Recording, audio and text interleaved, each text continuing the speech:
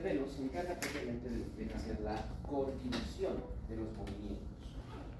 Solo a través de la corteza motora del tronco encefálico se van a generar los potenciales de acción necesarios para poder generar las contracciones musculares y los movimientos voluntarios. Pero estos estímulos pueden ser o muy extensos, quiere decir mucha fuerza, mucha amplitud en el movimiento, y necesitan una corrección, necesitan una regulación. Y es el cerebelo el que se va a encargar de coordinar y controlar esos movimientos para que estos sean mucho más precisos e incluso podríamos decir mucho más fluidos. Dentro del cerebelo vamos a encontrar en primer lugar tanto vías aferentes como vías eferentes. Quiere decir, tienen varias vías que vienen tanto de la corteza cerebral como del tronco encefálico y otras áreas como el núcleo rojo, y a través de las vías aferentes van a ingresar dentro del cerebelo conectándose con la corteza a nivel del cerebelo, y desde esta van a salir señales que van a bajar principalmente a los núcleos profundos de lo que viene a ser el cerebelo, teniendo dentro de estos el núcleo dentado o dental, el interpuesto y el castillo. Estos tres núcleos van a recibir estas señales y las van a redistribuir tanto hacia el tronco encefálico como también hacia la médula espinal, para que de esta manera se pueda generar el control directo en esa coordinación de movimientos, una regulación en las contracciones musculares. Dentro de la corteza del cerebelo tenemos que hablar de lo que vienen a ser las células de Purkinje, que básicamente son la unidad funcional del cerebelo. Las células de Purkinje están conectadas en primer lugar con lo que viene a ser la corteza del cerebelo, en lo que es propiamente su capa molecular. Luego encontramos justo la capa de células de Purkinje y en la parte más profunda una tercera capa que son las capas de las células granulosas, que luego se va a unir a los núcleos profundos. Estas células granulosas son las que van a conectarse con las células de Purkinje, que llevan estas señales desde la capa molecular de la corteza del cerebelo hacia las de la granulosa, y a través de estas llegando a los núcleos dental, conectado, fastigio e interpuesto.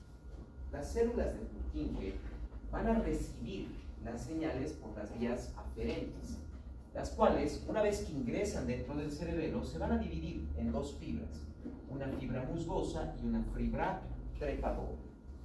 La fibra musgosa y la fibra trepadora, ambas, se conectan directamente con las células de la capa granulosa que se encuentra en el cerebelo para poder llevar esos potenciales directamente hacia los núcleos profundos del cerebelo, y a través de estos, por las vías eferentes, llegar directamente hacia los músculos. Esos potenciales de acción son de estimulación, pero tanto las fibras musgosas como las trepadoras también se van a conectar con la capa molecular de la corteza del cerebelo.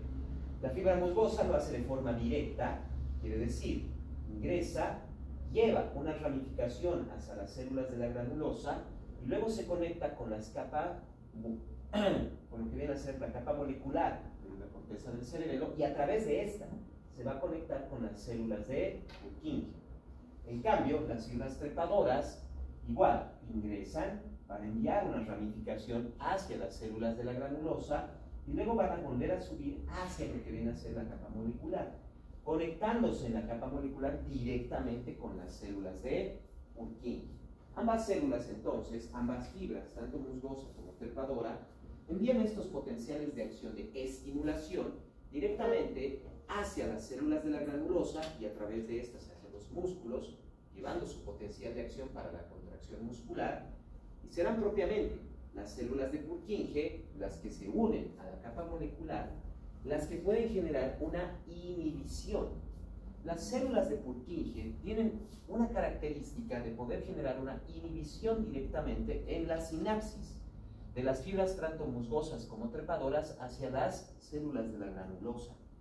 Si las células de Purkinje se activan, inmediatamente estas señales de estimulación se van a detener, controlando de esta manera que la contracción muscular no sea demasiado intensa, ya que cada una de estas fibras se encarga de controlar una unidad motora específica.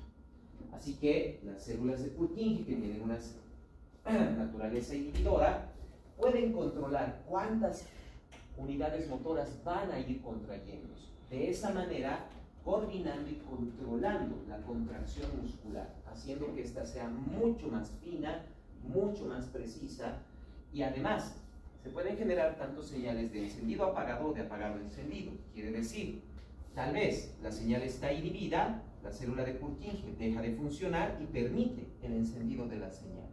O está llegando la señal, se activa la célula de Purkinje y la bloquea, generando entonces este cambio constante entre la inhibición y la excitación que se genera propiamente a nivel de lo que vienen a ser estos potenciales para poder generar las contracciones musculares. La característica además que tienen las células de Purkinje es que tienen la capacidad de aprender a corregir esos movimientos. Quiere decir que a medida que se va repitiendo un movimiento, cada vez estas células están generando una memoria. Poco a poco, con la repetición del movimiento, este se hace mucho más coordinado, mucho más preciso, e incluso puede llegar al punto en que la corrección del movimiento se hace altamente precisa al punto de ser casi reflejo. En otras palabras, es casi inmediata la corrección del movimiento. Tan solo recuerden cuánto les cuesta, por ejemplo, aprender un nuevo movimiento, una nueva forma de hacer algo. Por ejemplo, ¿cuánto toma el escribir? Es bastante difícil. A veces hacemos los movimientos demasiado bruscos, demasiado suaves, demasiado amplios. Pero a medida que va repitiéndose el movimiento, las células de Purkinje van aprendiendo esas correcciones hasta que el movimiento se hace completamente fluido. Incluso, podríamos decir, casi reflejo. En el momento actual, por ejemplo, cuando ustedes escriben directamente, lo hacen. Ya no piensan cómo tienen que mover la mano. Su mano directamente genera el movimiento. E incluso a veces ni siquiera tienen que ver el papel. Directamente ya saben que su mano va a generar esos movimientos. Entonces, gracias a que las células de Purkinje pueden generar esa pequeña parte de memoria para aprender a corregir de manera precisa los movimientos. Esto va a generar entonces que el cerebelo tenga diferentes grados de control sobre el funcionamiento motor. Se generan entonces 4 formas principales de control a nivel del cerebelo. Lo que viene a ser en primer lugar el sistema vestíbulo-cerebelo, que es el que se encarga de coordinar y controlar el equilibrio. Las señales que habíamos visto en la anterior clase, que provienen directamente desde los núcleos vestibulares hacia el tronco encefálico, son núcleos que se van a encargar de coordinar lo que viene a ser la retroalimentación sensitiva para el equilibrio. Y muchas de estas señales también van a pasar hacia el cerebelo junto con las señales del tronco para que éste pueda coordinar también los movimientos necesarios para mantener el equilibrio. Como veíamos en la anterior clase, el equilibrio se mantiene gracias a los músculos antigravitatorios, que en esencia pueden ser la mayoría de los músculos estriados esqueléticos del cuerpo, dependiendo cómo estamos tratando de equilibrarnos. Si estuviéramos parados en un pie, por ejemplo, incluso la extensión de la mano, los dedos, pueden perder o generar equilibrio. Pero esos movimientos o son muy bruscos o son muy cortos. Es por eso que el cerebelo se va a encargar de generar un movimiento más fluido, más controlado y coordinado para poder mantener el equilibrio. Luego tenemos el nivel o el sistema espino-cerebelo. El sistema espino-cerebelo o el control espino-cerebelo que genera el cerebelo se encarga principalmente de la coordinación de la parte distal de las extremidades superiores. En otras palabras, coordinan los movimientos de las manos y de los dedos.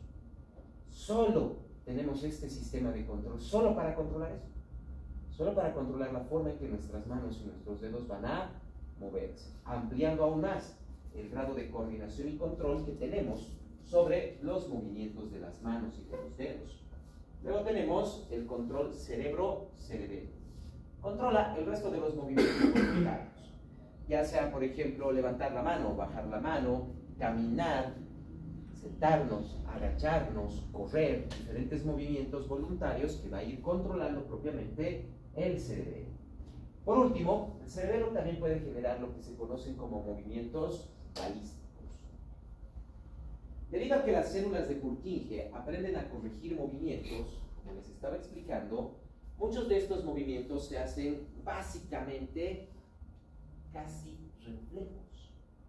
No son reflejos propiamente dichos. No se olviden que para un reflejo, primero son completamente inconscientes los reflejos, tiene que haber una señal sensitiva y una respuesta motora. En este caso, no son inconscientes estos movimientos, son completamente conscientes, ya que el cerebelo recibe todas las señales de movimiento consciente del cuerpo. Al mismo tiempo, estas señales no siempre van a generar el arco reflejo, porque sí, dependen de una señal sensitiva, pero esa señal sensitiva está llegando a la corteza cerebral, pasa directamente a la corteza motora y esta es la que generará el movimiento. El cerebelo lo único que hace es coordinar dicho movimiento.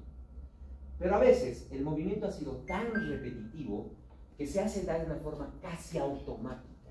Sí, aún estamos conscientes del movimiento, pero este es tan rápido que parece un reflejo. Un ejemplo: cuando nos pasan un objeto y nosotros directamente levantamos la mano y lo agarramos. Y muchas personas que dicen, qué buenos reflejos que tienes, porque ha logrado agarrar ese objeto inmediatamente. Eso ha sido un movimiento voluntario, ha sido un movimiento consciente. Si no hubiera visto el objeto venir, no hubiera movido mi mano, no lo hubiera atrapado. Pero como sí lo he visto venir, entonces lo agarro inmediatamente.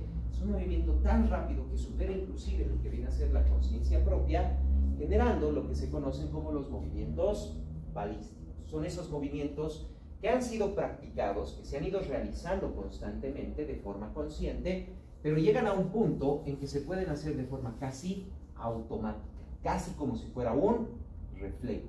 Y esos son los movimientos que va coordinando y regulando el cerebelo gracias a estas conexiones que tiene con las células de Purkinje, las vías aferentes y las vías eferentes. Entonces el cerebelo va a generar 3 puntos en lo que viene a ser la coordinación del movimiento. Primero, la planificación del movimiento.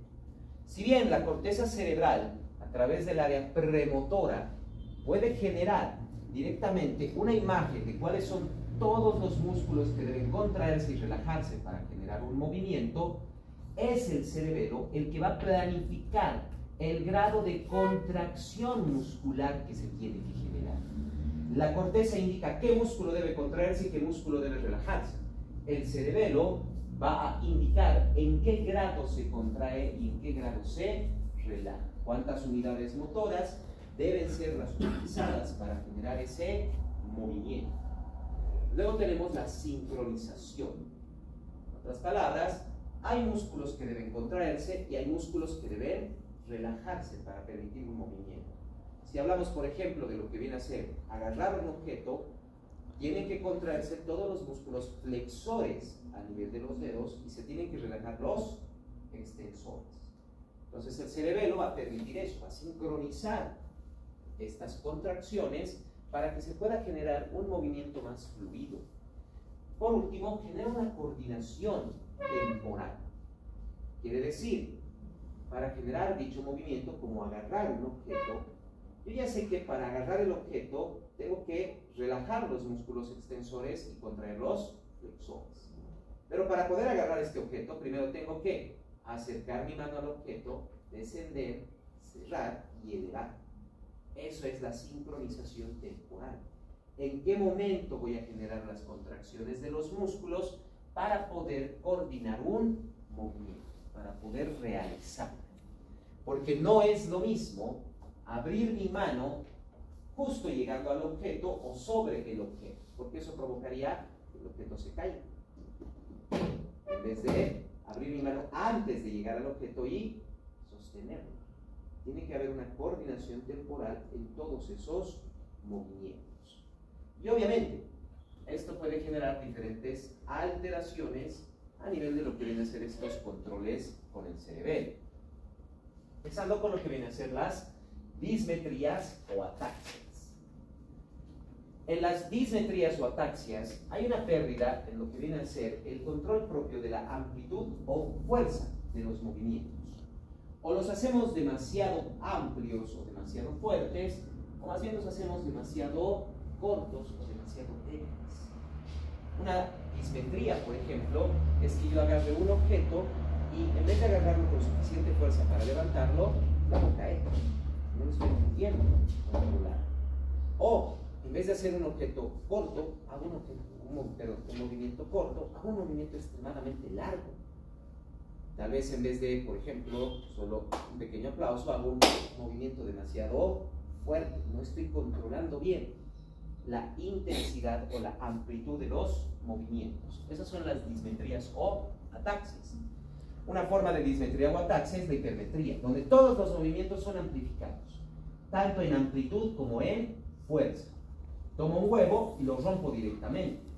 En vez de mover mi mano levemente, lo que hago es levantar mi mano con demasiada fuerza y con demasiada amplitud. Luego tenemos la disdiadococinesia. Esta es la pérdida del control espino-cerebelo, del control propio y coordinación de las manos y de los dedos. Todos coloquen sus manos así delante de ustedes. Los demás. Otra vez. Hagan eso rápido. A eso se llama diadococinesia. Eso es coordinación de la parte distal de la extremidad. La podemos hacer en este sentido, pero también podemos hacerlo en este sentido. Puede hacer. Eso es coordinación. Cuando se genera una lesión que daña el nivel de control espino-cerebelo dentro del cerebelo, se pierde este control y aparece lo que viene a ser la disdiadococinesia. Una pérdida de control de los movimientos o de coordinación de los movimientos de las manos y de los dedos. Le pedimos al paciente que haga esos movimientos como acaban de hacer. Una mano puede estar haciendo y la otra va a hacer esto. No hay control, o los dedos pueden empezar a moverse. No hay una coordinación. Se va perdiendo todas esas situaciones. Luego tenemos las disartrias. Las disartrias son las pérdidas de lo que viene a ser la coordinación, sincronización temporal. En otras palabras, músculos se van a contraer o relajar antes de que tengan que hacerlo, antes de lo que viene a ser su función principal. Como les decía, en vez de abrir mi mano para poder agarrar la botella, llegando a la botella, abro mi mano al llegar a la botella y la hago caer. Podemos tener, por ejemplo, pedirle a un paciente que con la punta del dedo toque la nariz. Y en vez de hacer un movimiento fluido, va a empezar a mover por cualquier lado y hasta puede llegar a tocarse el ojo. Esas son disartrias. Podemos incluso pedirle al paciente que siga con el talón lo que viene a ser la espinilla, o sea, la parte anterior de la tibia. Generando entonces que también el movimiento vaya fluctuando, se levanta, se separa, va a la izquierda, va a la derecha. Lo mismo también podríamos hacer pidiéndole a un paciente que siga, por ejemplo, una línea recta desde la frente hacia la nariz. El movimiento es bastante bien coordinado, pero puede que el paciente haga todo esto, generando movimientos arriba, abajo, izquierda, no está logrando generar esa sincronización temporal. Está logrando coordinar bien los movimientos. Eso propiamente sería la disartria. Como el cerebelo se encarga de todas estas funciones motoras, de todas estas funciones de coordinación, también puede generar lo que viene a ser el nistagmo cerebeloso. Porque a nivel del ojo tenemos también movimientos voluntarios. Sí, tenemos movimientos involuntarios, como lo que vienen a ser los movimientos de fijación, los movimientos sacádicos o saltatorios, que son los que se utilizan durante la lectura, etc. Pero al mismo tiempo el cerebelo puede generar lo que viene a ser entonces el nistagmo, un temblor a nivel del ojo. Y de hecho, ahora es mucho más fácil que podamos hacerlo. Así que voy a mostrar cómo es un nistagmo. Hay dos tipos de nistagmo. Vengan todos aquí al frente. Vengan todos aquí. Que nistagmo se refiere a un temblor que se ve a nivel del ojo. Y el otro día habíamos visto lo que venía a ser en primer lugar el equilibrio. Y que la vista es muy importante para el equilibrio. Cuando se pierde, por ejemplo, el vestíbulo, la vista va a empezar a generar el equilibrio. Y para eso va a empezar también a temblar. Pero el temblor de la vista por el equilibrio es solo un temblor horizontal. En cambio, en el nistagmo cerebeloso es un temblor en toda dirección en el ojo. Les voy a mostrar ahora lo que es un temblor o un nistagmo vestibular. Ese mismo temblor, solo imagínenlo en toda dirección, y ese es el nistagmo cerebeloso, un voluntario.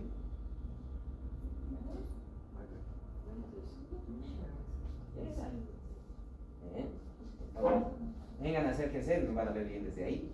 Para este lado. Bien. Lo que quiero que hagas es hasta dar vueltas. Hasta marear. Una vez que estés mareado, yo te voy a detener y todos ustedes van a estar atentos a sus ojos. Cuando te detenga, vas a mantener tus ojos bien abiertos y van a ver cómo va a estar temblando sus ojos. Bien. Vean esos temblores. Cómo va temblando su ojo. Eso es nistagmo vestibular. Acabo de bloquear el vestíbulo porque he generado. Puedes ahí apoyarte, etcétera. Otro voluntario. Porque ella también tiene derecho a ver el nistagmo. Lo mismo, a la vuelta. Como quieran. Con los ojos cerrados se marean más rápido, nada más. Tiene un buen equilibrio. Ya. Mantengan abiertos tus ojos, vean ese temblor. Bien, ya pueden sentarse. Hemos activado en ellos un nistagmo cerebeloso. Debido a lo que van rotando, la señal del vestíbulo es tan intensa que no se olviden, tenemos controles corticófugos o ventrículos. Es tan fuerte la señal del vestíbulo que el cerebro la va a bloquear y empieza a funcionar la vista para el equilibrio. Por eso empieza a temblar. Ese temblor horizontal le da a la vista un parámetro horizontal para poder mantener el equilibrio. Pero eso es nistagmo vestibular, solo en sentido horizontal. En cambio, el nistagmo cerebeloso es el mismo tipo de temblor, pero el ojo tiembla en toda dirección. En toda dirección va a temblar. También se puede generar hipotonía. Muchas de las señales que las células de Purkinje van coordinando y enviando hacia los músculos son las señales también de tono muscular. Cuando hay lesiones en el cerebelo, muchas de estas señales dejan de pasar fácilmente hacia los músculos, lo que hace que estos vayan perdiendo fuerza, vayan perdiendo tono. Eventualmente, esto también genera una debilidad a nivel de las contracciones musculares. Algunas lesiones pueden ser únicas, puede que nuestro paciente solo tenga disartria, solo tenga hipermetría, solo tenga disdiadococinesia. Pero las lesiones en el cerebelo no pueden ser solo bien localizadas, a veces se generan lesiones mucho más amplias, provocando, por ejemplo, una combinación de varios de estos movimientos, lo que ocurre, por ejemplo, en el estado etílico.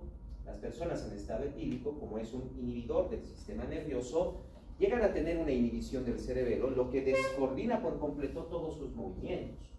Las personas en estado etílico, por ejemplo, llegan a tener temblor en los ojos, no coordinan bien los movimientos, a veces están tratando de dejar el vaso en la mesa y lo dejan más bien al aire, o en vez de colocar suavemente el vaso, lo golpean, o levantan demasiado rápido el vaso, no coordinan bien cómo caminan, a veces dan pasos más cortos, a veces dan pasos más largos, en vez de dar un paso adelante pueden dar un paso a la derecha, luego a la izquierda, luego atrás, tratan de mantener el equilibrio extendiendo incluso los brazos, completamente descoordinados, se va perdiendo por completo la coordinación, se generan dismetrías, disdiadococinesias, disartrias y aparece también el nistagmo cerebeloso.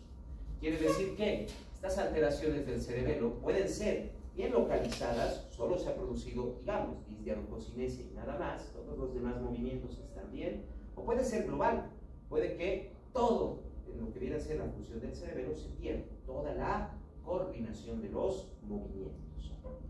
Pero el cerebelo no puede hacer todo este control por sí solo, necesita también de los ganglios basales, necesita principalmente de lo que viene a ser el circuito del putamen y el circuito del caudal.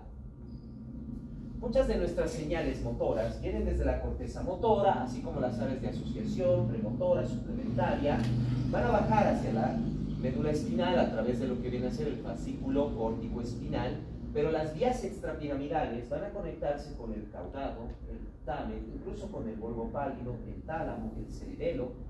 Todas estas señales, incluyendo las del equilibrio que vienen desde la oliva, van a coordinarse con el cerebelo para luego bajar directamente hacia los músculos, generando un control entre el cerebelo y los ganglios basales para coordinar estos movimientos.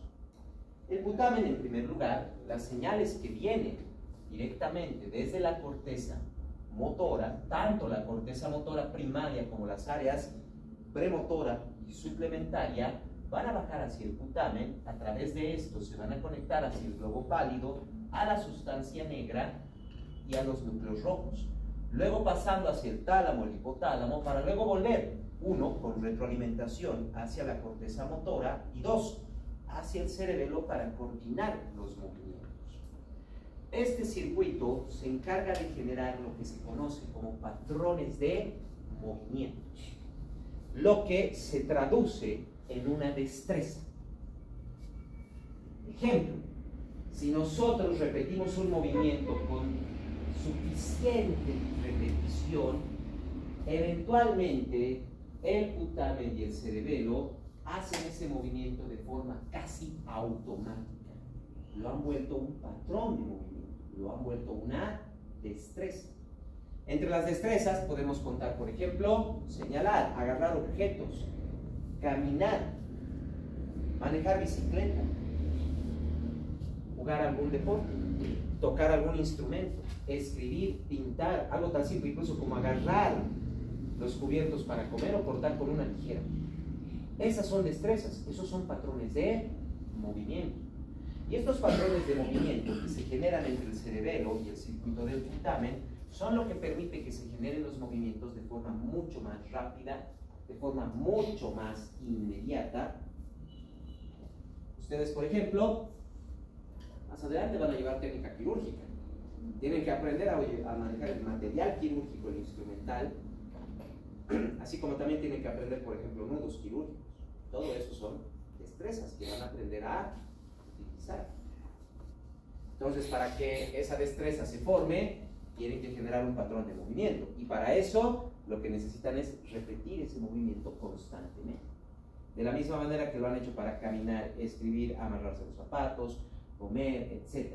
Todo tiene que irse repitiendo de forma constante. Así que, cuando ya lleven técnica quirúrgica, vayan repitiendo cómo se utilizan esos instrumentos, cómo hacer los nudos quirúrgicos, de tal manera que se vuelva una destreza, que se genere un patrón de movimiento y puedan hacerlo casi de forma automática. Por otro lado, algunas alteraciones que se pueden generar cuando el núcleo caudado no está funcionando o no está conectado adecuadamente, viene a ser propiamente la atetosis y el enivalismo. Entre lo que viene a ser la atetosis y el enivalismo, estamos hablando de movimientos involuntarios y que son principalmente temblorosos u ondulatorios. En el caso de la atetosis, son movimientos que se generan en ciclos repetitivos y que parecieran ondulatorios. Son movimientos involuntarios, por ejemplo, a nivel de la mano podríamos tener un movimiento constante, pero ondulatorio. Es suave, fluido, pero es constante e involuntario. No es temblor, no es como en el Parkinson, sino es un movimiento ondulatorio. Puede ser de baja amplitud, pero también puede ser de amplia amplitud. Puede ser mucho mayor el movimiento. Y no solo en la extremidad, esto puede ser tanto a nivel de la cabeza, el cuello, el tronco, las extremidades inferiores.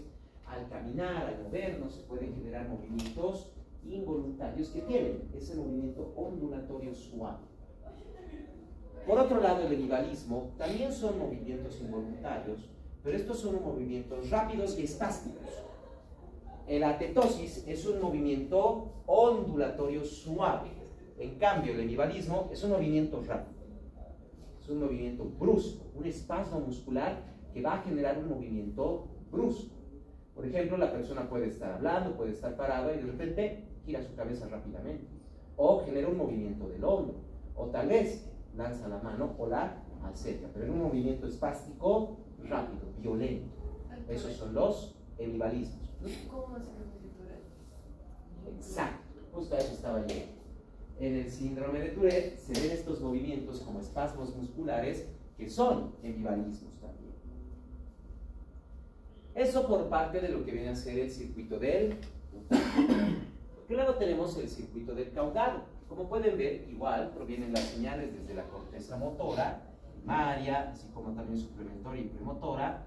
Van a llegar al caudado, a través del caudado se conectan con el putamen, el globo pálido, y luego directamente hacia el tálamo, regresando hacia la corteza cerebral y bajando también hacia la coordinación de los músculos.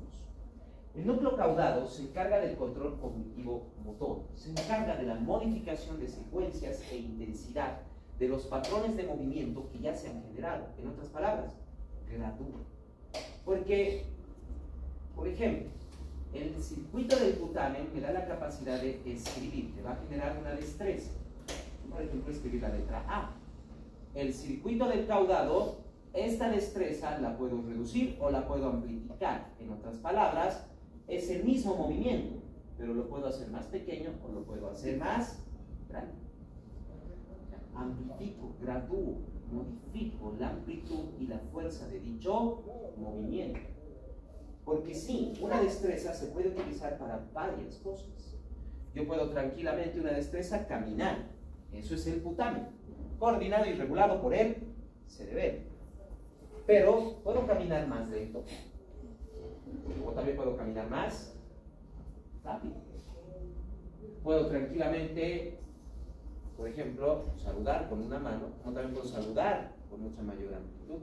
Es el mismo movimiento, es la misma destreza, solo que el núcleo del caudado lo que se encarga es de graduar esa secuencia de movimientos.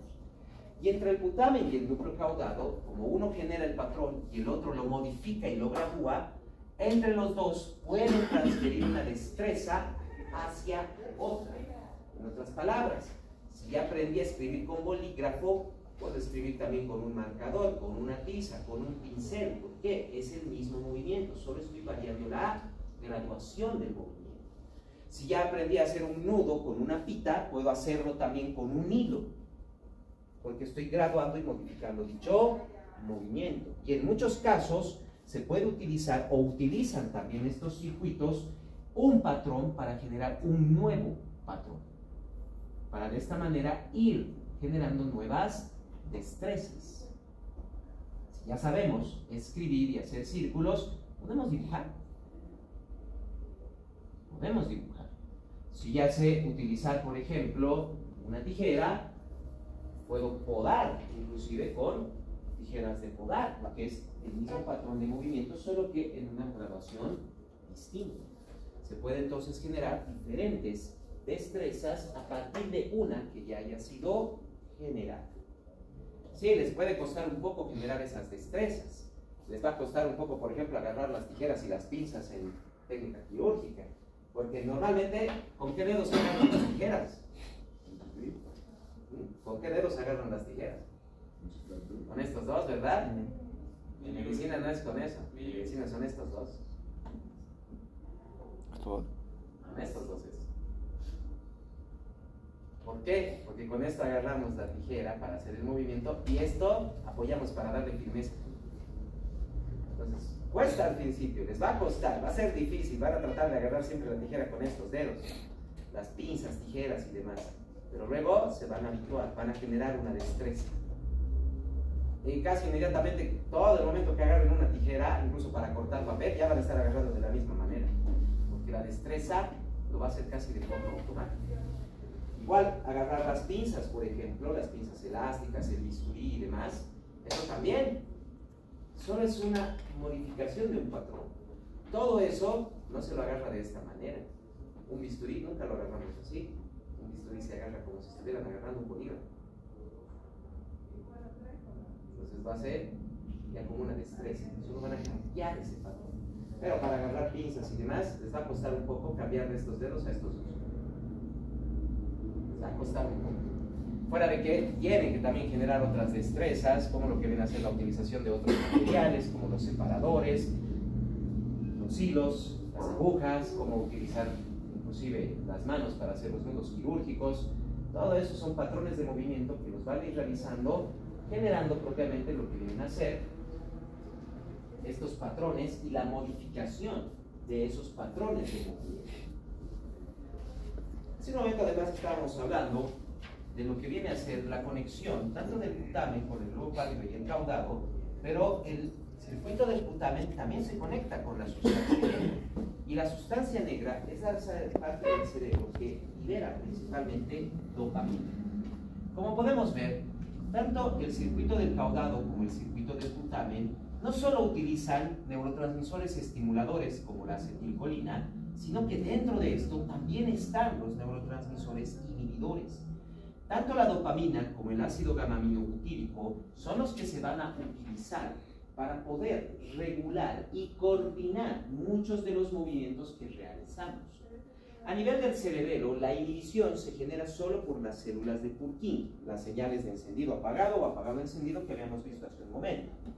Pero a nivel de estos circuitos de los ganglios basales, la regulación y la coordinación no solo es una estimulación, tiene que también haber un control inhibidor, y eso depende de los neurotransmisores, la dopamina y el gamma, que, como pueden ver, estas señales van a retroalimentarse para ir coordinando bien los controles de la contracción muscular, que esas contracciones no sean ni muy amplias ni muy cortas. Y puede haber alteración en este punto. Puede que estos movimientos a nivel de estos circuitos puedan no controlarse adecuadamente dependiendo de un daño o una disminución de estos neurotransmisores inhibidores. Ahí es donde vienen dos patologías. Primero, la enfermedad de Parkinson. La enfermedad de Parkinson es una lesión a nivel de la sustancia negra, lo que provoca una disminución de dopamina. Como no tenemos dopamina, muchas de las señales que vienen por parte del putamen van a pasar directamente sin un control inhibidor. En otras palabras, las señales de contracción muscular se hacen más intensas, haciendo que los músculos empiecen a entrar en contracción muscular, en espasmos. Y ya habíamos visto, la médula no permite un espasmo muscular de los grupos musculares agonistas y antagonistas así, ¿verdad? La médula empieza a oscilarlos, empieza a generar un clon. Permite que primero se contraiga un grupo muscular y luego se contrae el grupo muscular opuesto. Primero agonista, luego antagonista. Primero agonista, luego antagonista. ¿Qué lo habíamos visto cuando vimos médula? Ese espasmo, la médula va a provocar una oscilación, lo que es la convulsión tónico-clon. Exactamente, la médula lo que genera es el clon, la oscilación en la contracción. Y si tenemos la enfermedad de Parkinson, que provoca tensión muscular, la médula también va a generar ese clon. Pero como esta tensión no proviene directamente de un espasmo muscular como el de epilepsia, este clono va a depender del grado de tensión que generen los músculos por la disminución de la sustancia negra. Lo que quiere decir que, en vez de ser un movimiento bastante amplio y fuerte, va a ser un movimiento bastante suave, que asemeja a un temblor. Eso es el mal de Parkinson. Los músculos están más rígidos, los músculos están más contraídos. Y esa contracción muscular a nivel medular va a empezar a generar un pequeño clono. Ese clono es lo que genera el temblor del mal de Parkinson. Pero no solo tenemos el temblor. Como hay un grado mayor de contracción muscular, el cuerpo del paciente del mal de Parkinson está más rígido. Es por eso que le cuesta, por ejemplo, tener reflejos. Le toma un poco de tiempo poder agarrar un objeto, porque sus músculos están bien tensos, están contrayéndose. Su cuerpo es tan rígido que para caminar, en primer lugar, el paciente no puede levantar bien la extremidad para poder caminar. Es por eso que los pacientes con Parkinson caminan casi arrastrando los pies, porque solo van a poder generar el movimiento en el momento que la contracción les permita. E incluso una característica del mal de Parkinson es que el paciente, para poder caminar más rápido, instintivamente se inclina hacia adelante, de tal manera que los reflejos del cerebelo, los movimientos balísticos, traten de hacer que los movimientos sean más rápidos, sean mucho más rápidos para poder mantener un paso más rápido para caminar.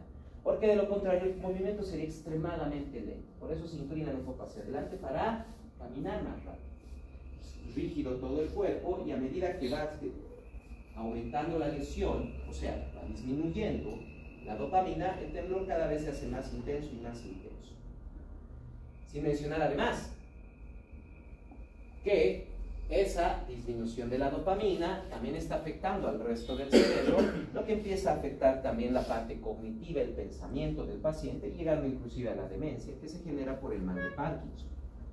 Otra característica además que nosotros podemos evidenciar es que en el mal de Parkinson encontramos lo que se conoce como signo de engranaje, o mejor conocido como signo de rueda dentada. Si ustedes toman la extremidad de un paciente con Parkinson y tratan de flexionar y extender, normalmente debería ser un movimiento fluido. Pero como tenemos un espasmo muscular, tenemos ese clono, solo se va a poder hacer el movimiento cuando la contracción muscular lo permita. Lo que hace que, si tomamos la extremidad de un paciente con Parkinson, solo vamos a poder hacer el movimiento cuando la contracción lo permite. En otras palabras, mover es como un engrane. Por eso se llama signo de rueda dentada. En algún momento se puede controlar, pero en el otro, la contracción del músculo opuesto nos está limitando el movimiento. Y cuando nosotros hacemos el movimiento, lo percibimos. Van a ser pequeños momentos de movimiento y luego se detiene. Ese es el signo de rueda dentada y es la característica de lo que viene a ser la enfermedad de Parkinson. Por otro lado, tenemos la corea de Huntington.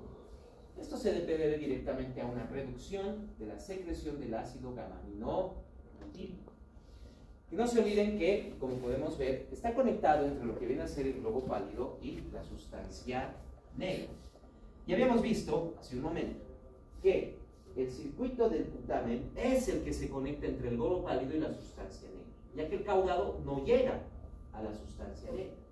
Entonces, principalmente se está afectando lo que viene a ser el circuito del putamen. ¿Qué pasa cuando hay una lesión en este circuito?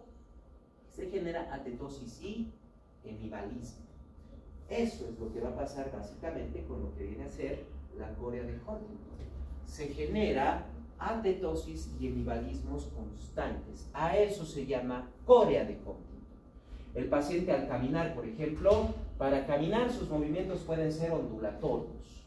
Y además de los movimientos ondulatorios puede tener hemivalismos, o sea, espasmos musculares en diferentes partes del cuerpo. En vez de generar un paso suave, más tranquilo, se genera una atetosis, se generan movimientos ondulatorios suaves y espasmos musculares. Eso es la corea de Huntington.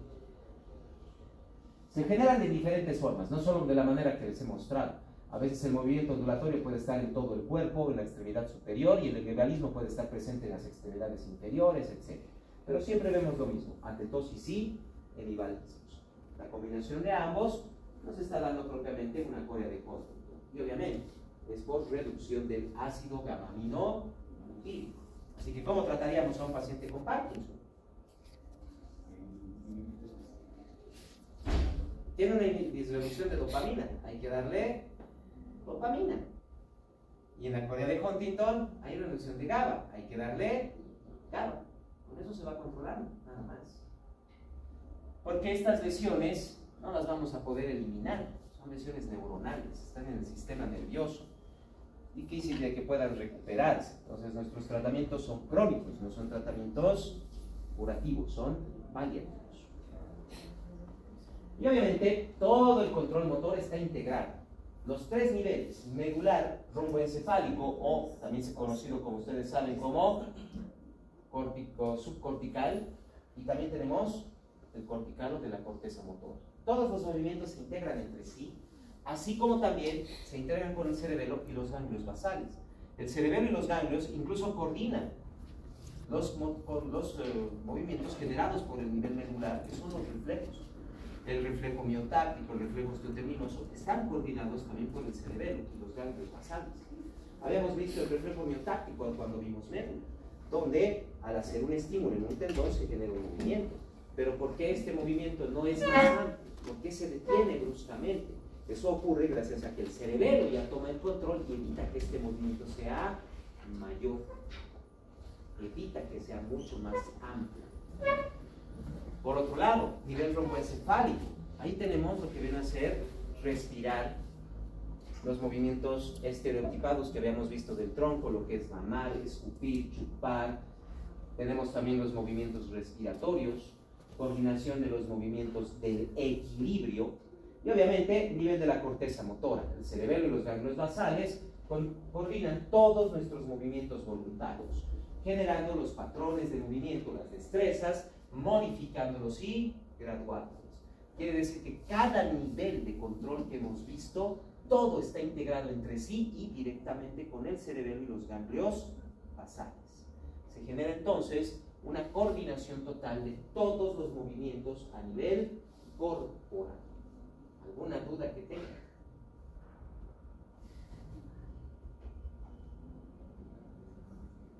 ¿Alguna? Bien, antes de que vayan. Doctor, afecta directamente con los pagos locales también, porque las personas pueden hablar.